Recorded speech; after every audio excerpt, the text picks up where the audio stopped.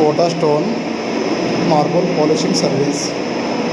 అంటే కోటా స్టోన్కి మేము పాలిష్ చేస్తాం.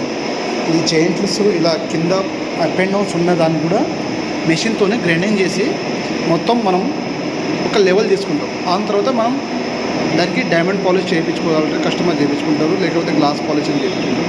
కానీ షైనింగ్ మాత్రం మంచిగా వస్తుంది. మేము ప్రాపర్గా చేస్తాం. ఆల్ ఓవర్ హైదరాబాద్, తెలంగాణ మా సర్వీస్ మొత్తం. ఇప్పుడు ఇక్కడ చేస్తున్న ఈ రూమ్లో ఒకసారి చూపిస్తాం.